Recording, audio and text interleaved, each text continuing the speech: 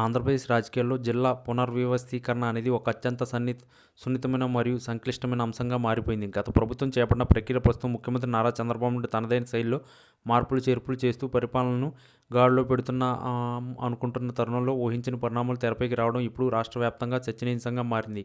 సాధారణంగా పరిపాలన సౌలభ్యం కోసం జిల్లాల విభజన చేపట్టినప్పటికీ ఆ నిర్ణయం వెనుక ఉన్న భావోద్వేగాలు మరియు ప్రాంతీయ ఆకాంక్షలు ఒక్కసారిగా వెల్లువెత్తడం చంద్రబాబును విస్మయానికి గురిచేశాయి. ముఖ్యంగా కొన్ని కీలక ప్రాంతాల్లో ప్రజల నుండి వస్తున్న వ్యతిరేకత మరియు న్యాయపరమైన చిక్కులు ప్రభుత్వం ముందు పెద్ద సవాలుగా నిలుస్తున్నాయి. అభివృద్ధికి కేంద్రీకరణ పేరుతో జిల్లాల సంఖ్యను పెంచడం ద్వారా ప్రజలకు చేరువవుతామని భావించిన చంద్రబాబుకు క్షేత్రస్థాయిలో పరిస్థితులు భిన్నంగా కనిపిస్తున్నాయి. ఒకవైపు పాత జిల్లాల సెటిల్మెంట్, మరోవైపు కొత్త జిల్లాల్లో మౌలిక సదుపాయాల కొరత ప్రభుత్వానికి ఇరకాటంలో పడేశాయి.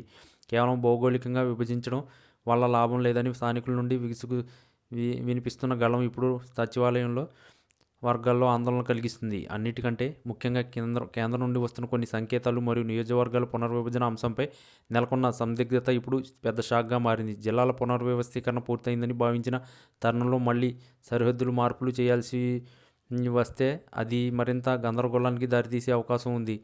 రాజకీయంగా కాకుండా కూటమిలోని నేతలు తమ ప్రాంత ప్రయోజనాల కోసం పట్టుబట్టడం చంద్రబాబుకు తలనొప్పిగా మారింది. పక్కా ప్రణాళికతో ముందుకు వెళ్తున్నాం అని భావిస్తున్న వేళ అనూహ్యంగా కొన్ని జిల్లాల కేంద్రాలు మార్పులపై వస్తున్న డిమాండ్లు మరియు కోర్టుల నుండి వస్తున్న నోటీసులు ఊపిరి సలపనివ్వకుండా చేస్తున్నాయి. పరిపాలనా పరంగా అధికారుల సర్దుబాటు మరియు నిధుల కేటాయింపు విషయంలో ఉన్న అస్పష్టత వల్ల క్షేత్రస్థాయిలో అనూహ్యంగా అసహనం పెరుగుతుంది. చంద్రబాబు తన అనుభవంతో ఈ సమస్యలను అధిగమనిస్తారని భావించినప్పటికీ ప్రస్తుతానికి ఈ ప్రతిభటన ఒక పెద్ద షాక్ అనే చెప్పాలి. సాంకేతిక కారణాలు మరియు ఆర్థికపరమైన ఇబ్బందులు తోడవడంతో ఈ జిల్లా పునర్వ్యవస్థీకరణ ప్రక్రియ మళ్ళీ మొదటికి వస్తుందా అన్న అనుమానాలు రేకెత్తుతున్నాయి.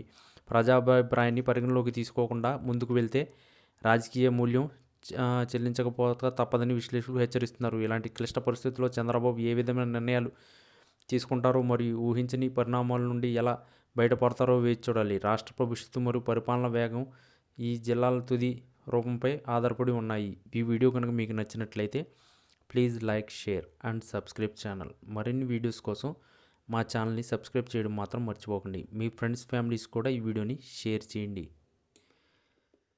ఏపీలో ఇప్పటికిప్పుడు ఎన్నికలు జరిగితే సీఎంగా ఎవరు గెలుస్తారు? Chandrababu CM, Jagan CM? ఖచ్చితంగా కామెంట్ చేయండి.